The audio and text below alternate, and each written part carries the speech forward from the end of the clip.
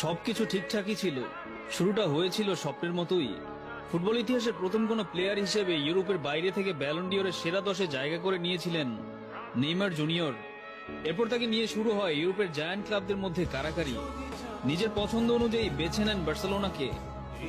অনেকেই বলেছিলেন এত কম বয়সে নেইমার ইউরোপে গিয়ে ভালো করতে পারবেন না, কিন্তু বল পায়ে অলৌকিক সব কাজ করে বেড়ানো নেইমারকে থামানোর সাধ্য কার? বার্সেলোনায় যোগ দিয়ে প্রথম সিজনেই করলেন বাজিমাত। নিজের সর্বশেষ সিজনেও দলকে জেতালেন চ্যাম্পিয়ন্স লিগ। বার্সার লাস্ট চ্যাম্পিয়ন্স লিগ জয়ের পেছনে নেইমারের ভূমিকাই ছিল সবচেয়ে বেশি। করেছেন প্রত্যেকটা নকআউট স্টেজে গোল। জাতীয় দলের শুরুটাও হয়েছিল দুর্দান্ত। ম্যাচ প্রতি নেইমারের গোল অ্যাসিস্ট মেসি রোনালদোর চেয়েও বেশি। কনফেডারেশনস কাপের ফাইনালে ওই সময় টানা 34 ম্যাচ অপরাজিত থাকা স্পেনকে বধ করেছেন একাই। এরপর ব্রাজিলকে এনে দিয়েছেন একমাত্র অধরা অলিম্পিক মেডেল। নিজের প্রথম বিশ্বকাপটাও শুরু করেছিলেন রূপকথার মতো। অভিষেক